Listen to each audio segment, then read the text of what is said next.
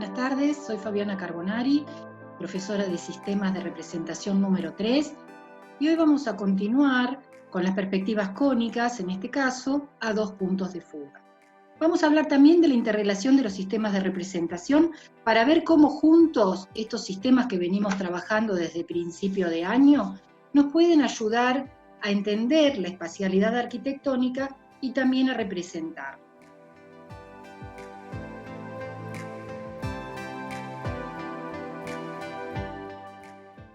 Si retomamos nuestro gráfico con los distintos sistemas de representación, vamos a ver que las perspectivas cónicas, tanto a 1 como a 2 puntos de fuga, corresponden a un mismo grupo, el que está recuadrado con color rojo, y que a través de ellas, y a partir de una única imagen, es decir, un único dibujo, se puede entender la totalidad del objeto o de la vivienda o del conjunto volumétrico que querramos dibujar. Los rayos visuales que parten del observador van a ser oblicuos con respecto al cuadro o plano de dibujo y se denominan perspectivas cónicas porque, como veníamos hablando hasta ahora, el observador se ubica a una distancia mensurable, medible, entre el cuadro y sus ojos. Profundizando la cuestión de la visión humana, nosotros podemos decir que todo ser humano con una visión normal tiene una visión de 45 grados en horizontal y de 35 en vertical sin distorsión. Es decir, ustedes pueden hacer la prueba, pararse frente a un objeto o conjunto de objetos y verificar que va a haber un sector en el cual ustedes lo van a ver correctamente y otro sector donde la visión neta o nítida se va perdiendo. Esto tiene que ver también con la distancia. Si nosotros nos aproximamos mucho, esto sigue manteniendo con ese ángulo y entonces, digamos, el detalle o la visión correcta se va perdiendo a medida que se va alejando de lo que para nosotros es la visual media. En ese sentido, nosotros en los trabajos prácticos les indicamos en qué lugar va a estar ubicada la visual media, es decir, la bisectriz de ese ángulo visual correcto, y hacia ambos lados de esa visual media, de allí su nombre, el ángulo que nosotros obtenemos, que generalmente es 30 grados, el que les proponemos que trabajen, va a ser 15 grados hacia un lado y 15 grados hacia el otro. Cuando retomamos los objetos que forman parte de esta perspectiva, podemos hablar de un plano de apoyo, es decir, el piso, el lugar donde van a estar ubicados los pies del observador, un plano de horizonte, que es el plano donde van a estar ubicados los ojos del observador, y un cuadro, que dijimos coincide con nuestra hoja de dibujo. Ese cuadro va a tener una línea de intersección con el plano de horizonte, que se va a llamar línea de horizonte, y una línea que va a definirla, va a estar definida por la intersección del cuadro con el plano de apoyo, que va a ser la línea de tierra. En amarillo yo dibujé la visual media, el objeto, y estos rayos visuales que pasan a ser proyectantes, que salen del observador y envuelven el objeto a dibujar.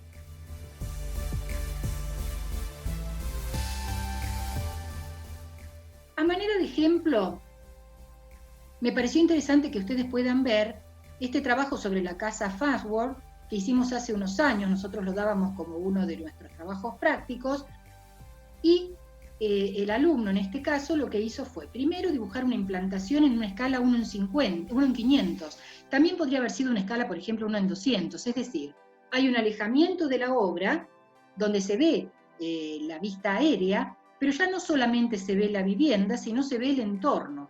Se ven los árboles, el pasto, si hubiera caminos, el arroyo, en este caso que ustedes están trabajando con la casa de Río Bonito, es decir, cuestiones que hacen a el entorno inmediato de la obra. En este caso también se marcó el norte. Luego pasamos al sistema Monge, es decir, una vista que en este caso se denomina vista sur, y una planta con una serie de códigos gráficos que me permiten a mí definir las dimensiones de la obra, el norte, y un montón de cuestiones que ustedes ya estuvieron utilizando junto con una serie de recursos expresivos, como por ejemplo, definir cómo es el piso. Avanzando con otros sistemas de representación para ver su complementariedad, pasamos a las perspectivas paralelas. Entonces tenemos en primera instancia una perspectiva caballera cenital, que me permite a mí visualizar la cubierta de la casa, la plataforma de acceso, y una perspectiva axonométrica, isométrica, que también, digamos, es un recurso que podemos utilizar para entender esta vivienda. Fíjense ustedes que lo estamos visualizando desde una misma cara, pero desde dos ángulos diferentes. Perspectiva cónica a un punto de fuga, del mismo modo que ustedes trabajaron en la casa de Río Bonito, tenemos el plano del cuadro, que está indicado con el número 1, y la vivienda que está ubicada por detrás del cuadro. En este caso particular, tenemos un sector que está ubicado por delante del cuadro, que no se llega a cortar precisamente, pero que forma la plataforma de acceso a la vivienda. Por eso cuando dibujamos la perspectiva, empezamos a ver que este plano de acceso toma una dimensión mucho mayor que la vivienda, porque está precisamente por delante del plano de cuadro. Fíjense ustedes que el observador está ubicado en esta línea y el punto de fuga aquí. Es un dato significativo que esta perspectiva cónica a un punto de fuga dibujada a escala 1 en 125, como indica acá este dato, es una perspectiva peatonal. La altura del observador es inferior a la altura del objeto a dibujar, de la vivienda. Entonces yo no veo el techo. Sí podría decir, bueno, veo el cielo raso, veo la parte inferior del techo, pero no como es la volumetría total vista desde arriba. Y otro dato significativo que pasa en las perspectivas cónicas a un punto de fuga es que la vivienda, en este caso, que digamos podríamos sintetizarla en un prisma y la planta en un rectángulo, tiene sus lados dominantes, uno de sus lados dominantes, paralelo al cuadro de dibujo. Cosa que vamos a ver que no ocurre en las perspectivas cónicas a dos puntos de fuga.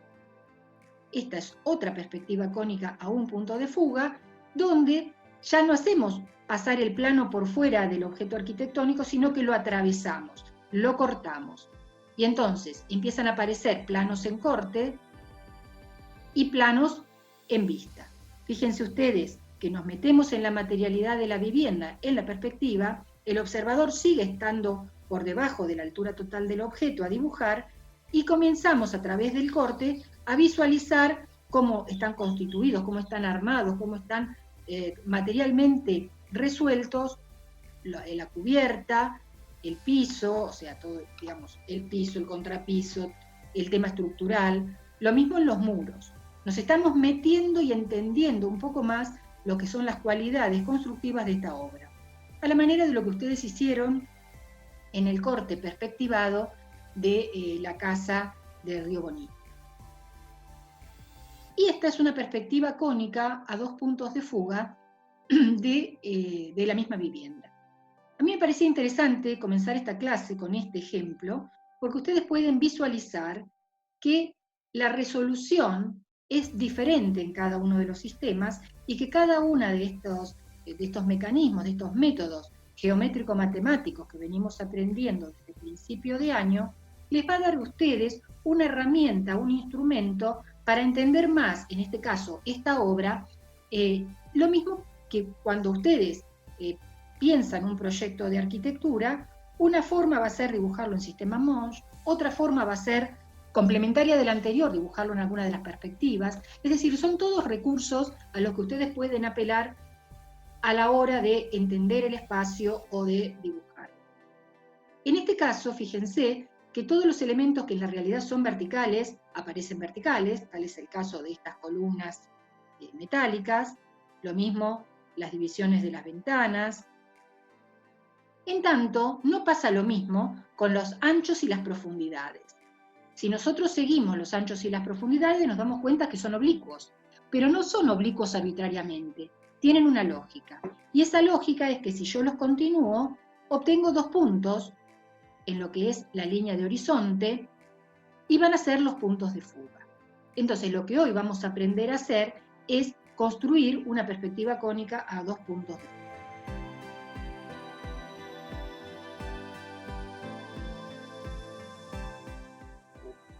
Fíjense que este ejemplo, que es el edificio del Museo Malva en Buenos Aires, al que ustedes pueden visitar, es un conjunto volumétrico un poco más complejo. Y más complejo me refiero no por la cantidad de volúmenes que tiene, sino por la disposición. No se trata, como en el caso anterior, digamos, de dos volúmenes que siguen la misma lógica, sino que son volúmenes que tienen direcciones diferentes. Entonces, continuando las aristas de estos volúmenes, cuando yo me paro frente al edificio, en este caso frente a una fotografía, puedo tomar una continuación de los lados dominantes de los volúmenes y ver que ya no hay solamente dos puntos de fuga, sino que va a haber más puntos de fuga. Y a partir de descubrir esos puntos de fuga, yo puedo hacer, a la manera de lo que hizo acá Guillermo Maggi, una perspectiva total del conjunto.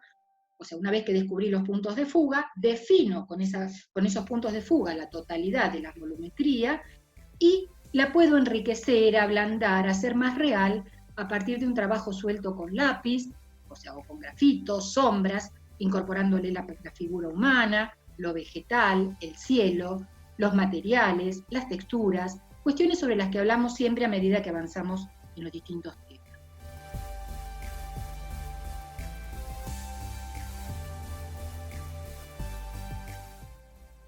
Entonces, volviendo al rigor geométrico-matemático del método, a mí me parecía interesante esta cuestión de que ustedes vieran de forma paralela una perspectiva cónica a un punto de fuga a la derecha y una perspectiva cónica a dos puntos de fuga a la izquierda.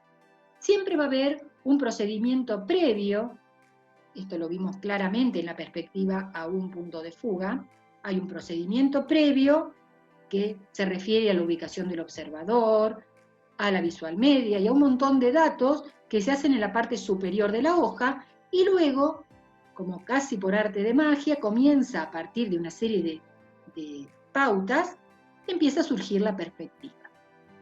Entonces, si miramos, este va a ser el resultado de una perspectiva cónica a un punto de fuga. El punto de fuga se llama acá PF, ¿se acuerdan ustedes? Que era la continuación de la ubicación del observador a partir de la visual media en la línea de horizonte. En tanto, en la perspectiva a dos puntos de fuga, que es la que tenemos en el lado izquierdo, podemos ver que hay dos puntos de fuga. Ahora vamos a ver cómo los obtenemos. Esos puntos de fuga van a coincidir con la altura del observador en la línea de horizonte, pero ya no va a ser uno solo, van a ser dos. Y un dato que no es menor es que el volumen ya no se ubica paralelo al cuadro, se ubica de manera oblicua. Por eso se generan esos dos puntos de fuga.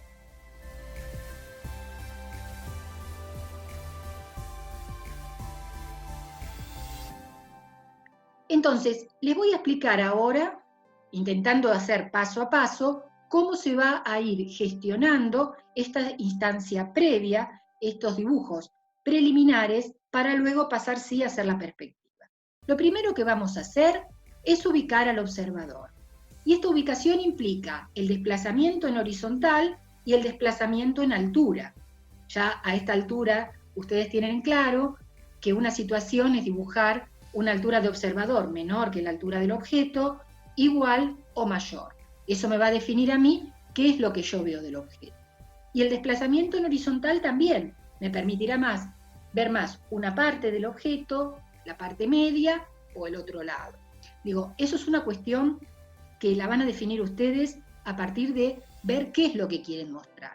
Nosotros, en cada trabajo práctico, se los vamos a indicar, porque ustedes están en una etapa de aprendizaje. Cuando ustedes ya hayan incorporado el método, esas definiciones las van a tomar ustedes, porque van a ser ustedes los proyectistas y los dibujantes de un espacio real o imaginado por ustedes. Una vez que ubicamos al observador, definimos el cuadro. Estamos entonces en esta instancia previa, una instancia anterior a la elaboración de la perspectiva.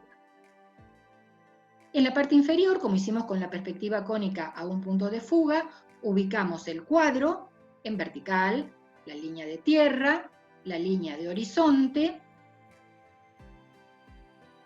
al observador, ¿se acuerdan ustedes? Lo dije recién, apoyo en la línea de tierra, cabeza y ojos en la línea de horizonte.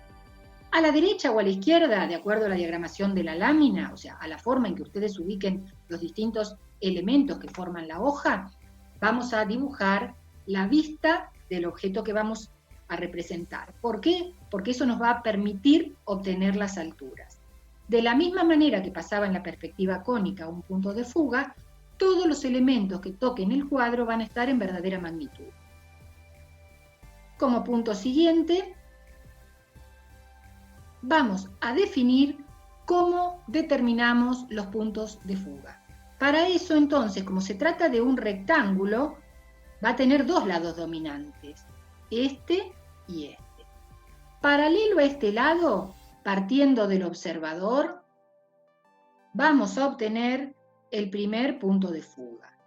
Y paralelo al otro lado, y todas sus paralelas, partiendo del observador, vamos a obtener el otro punto de fuga. Fíjense, punto de fuga izquierdo y punto de fuga derecho. Esos puntos de fuga, de la misma manera que trabajamos en la perspectiva cónica un punto de fuga, yo los voy a llevar a la línea de horizonte. Nunca vamos a trabajar con estos puntos, porque esto es el planteo previo, lo que hicimos arriba. Entonces, fíjense, del punto de fuga izquierdo, voy a la línea de horizonte y obtengo el punto de fuga izquierdo. Este es el que voy a usar para hacer la perspectiva. Con el punto de fuga derecho, bajo lo mismo y obtengo el punto de fuga derecho. Ahora bien, ¿qué es lo que voy a trasladar yo a esos puntos de fuga? Hoy lo veíamos en la imagen ya dibujada, las profundidades y los anchos. Entonces, lo que primero vamos a ver, ¿qué es lo que tengo yo de todo este conjunto apoyado en el cuadro? Y tengo este punto. Entonces, ese es el punto que yo voy a tomar como referencia, lo voy a proyectar hasta la línea de tierra, y desde ese punto voy a hacer mis dos líneas, una a cada punto de fuga. Fíjense que yo lo que hice fue fugar al punto de fuga derecho esta línea o este segmento y fugar hacia el punto de fuga izquierdo este otro segmento. A continuación de eso, voy a definir, decíamos recién, esta línea fugada coincide con este segmento y su continuación. Lo que tengo que definir, que ya lo sabíamos hacer en perspectiva cónica un punto de fuga, es este punto. Entonces, lo que hago es trabajar con una línea auxiliar, que sería esta de acá. Cuando esa línea toca el cuadro, bajo y defino la longitud en perspectiva de ese lado.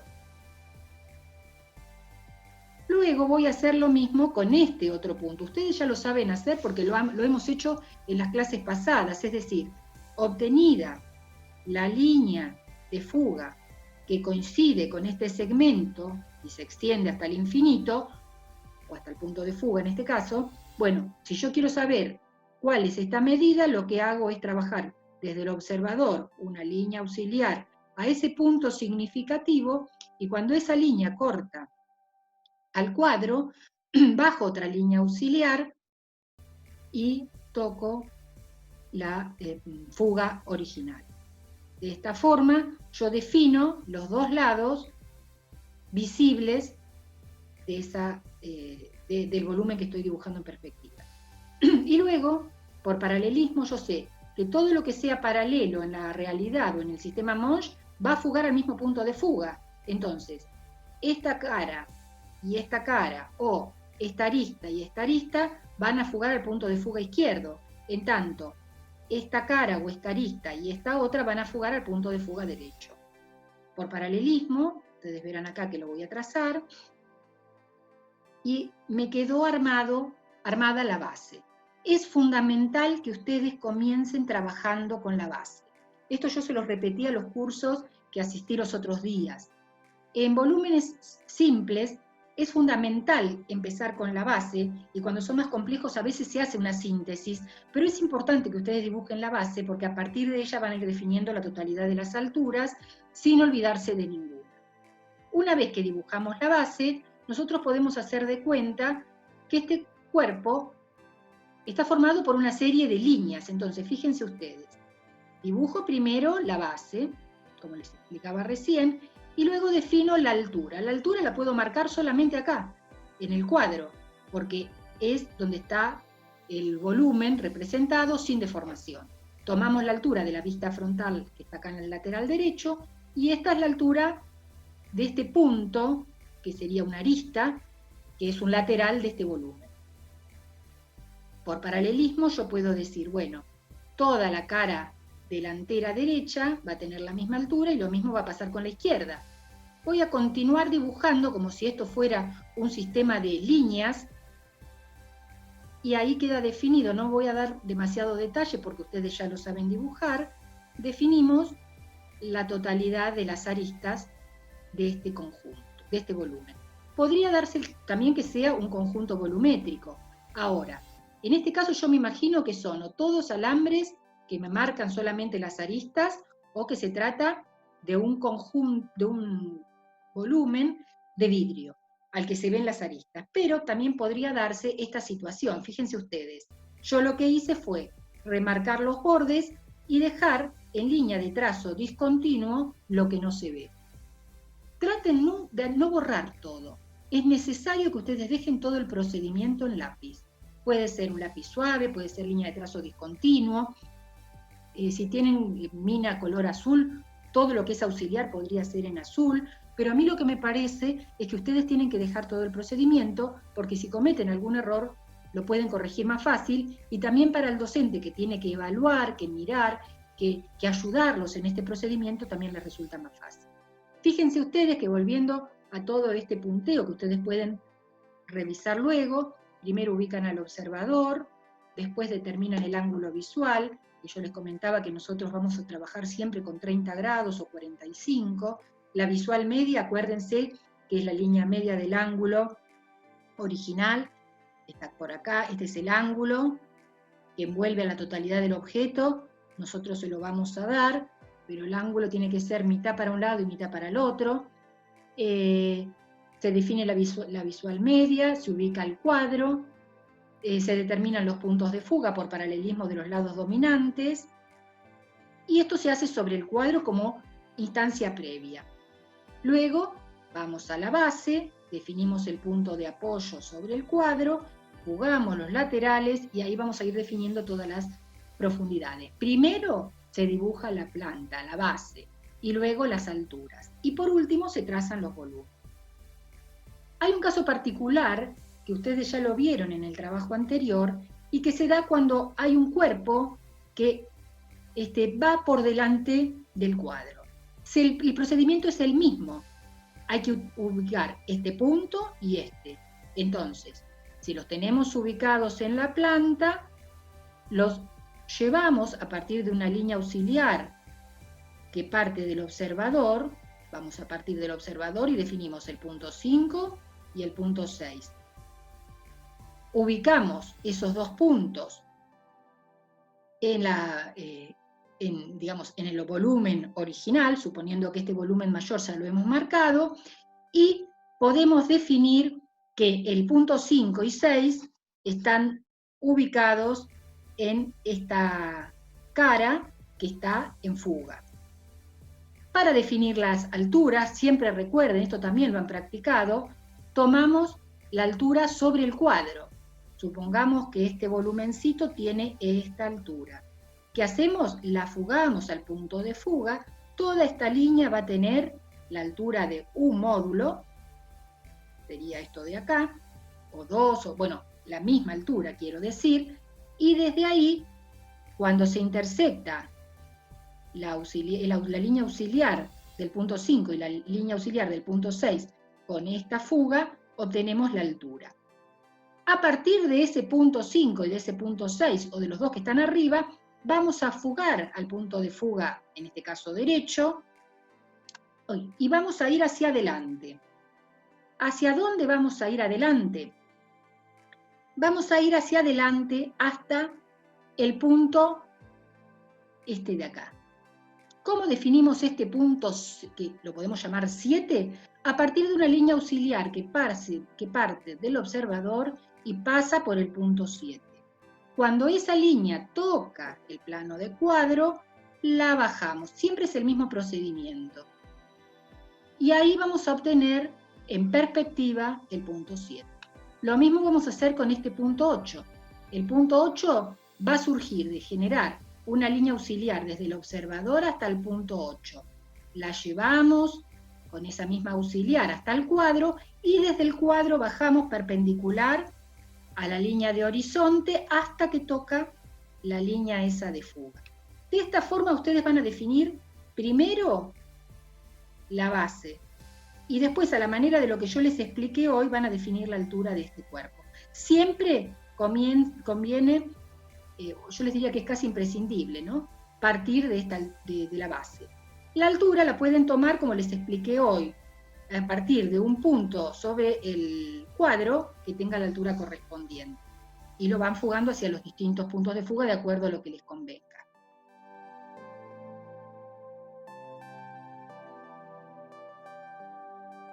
En el caso de arquitectura, son numerosos los ejemplos donde los arquitectos a lo largo del tiempo han utilizado perspectivas cónicas a 2 puntos de fuga, más allá de que en muchos casos, como en este, o en algún otro que vamos a ver, los puntos de fuga son tan lejanos que parezcan casi una perspectiva cónica a un punto de fuga. En realidad son a 2 puntos porque si ustedes los continuaran, van a ver que hay un punto más cercano y el otro más lejano. Estas son de Cacho Soler. Fíjense que más allá, y me parecía interesante mostrarles esto, que más allá de lo riguroso del sistema, hay toda una apoyatura de color, de grafismos, de incorporación de lo vegetal, de las personas, de las sombras, de las luces, que hacen que estos dibujos adquieran un realismo muy grande, ¿no? Dejan de ser abstractos.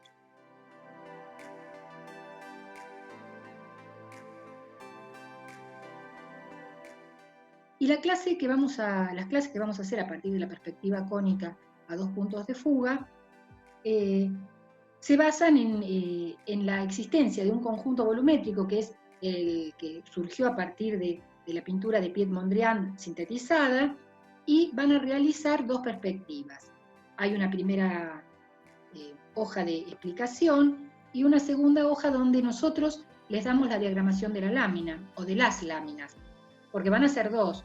¿Por qué van a ser 2? Porque por el tamaño del dibujo y del objeto, yo se los expliqué en algunos de los grupos, quedan en realidad perspectivas bastante pequeñas porque todo este procedimiento implica un espacio.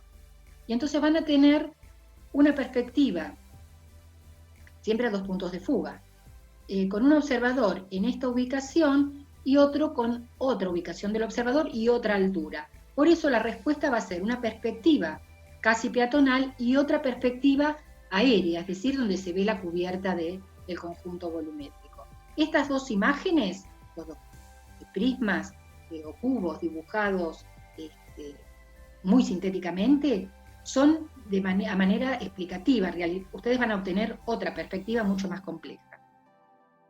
Bueno, y luego, como hacemos siempre, otra lámina, otro documento que les brindamos, donde aparece el conjunto volumétrico, la indicación de los 2 cuadros, el cuadro 1 y el cuadro 2, con la ubicación del observador en altura, en distancia y la denominación, si es observador 1, si es observador 2. Y por último, esto que yo les intenté explicar hoy, de cómo se construye una perspectiva cónica a 2 puntos de fuga, y cómo se hace cuando ustedes tienen un volumen delante del cuadro, nuevamente para que si lo quieren imprimir y visualizar, lo tengan. Es una lámina bastante paralela a la que explicamos cuando hablábamos de un punto de fuga. Bueno, espero que esto les sirva, haber sido clara. Estos son nuestros contactos y les deseo un buen trabajo.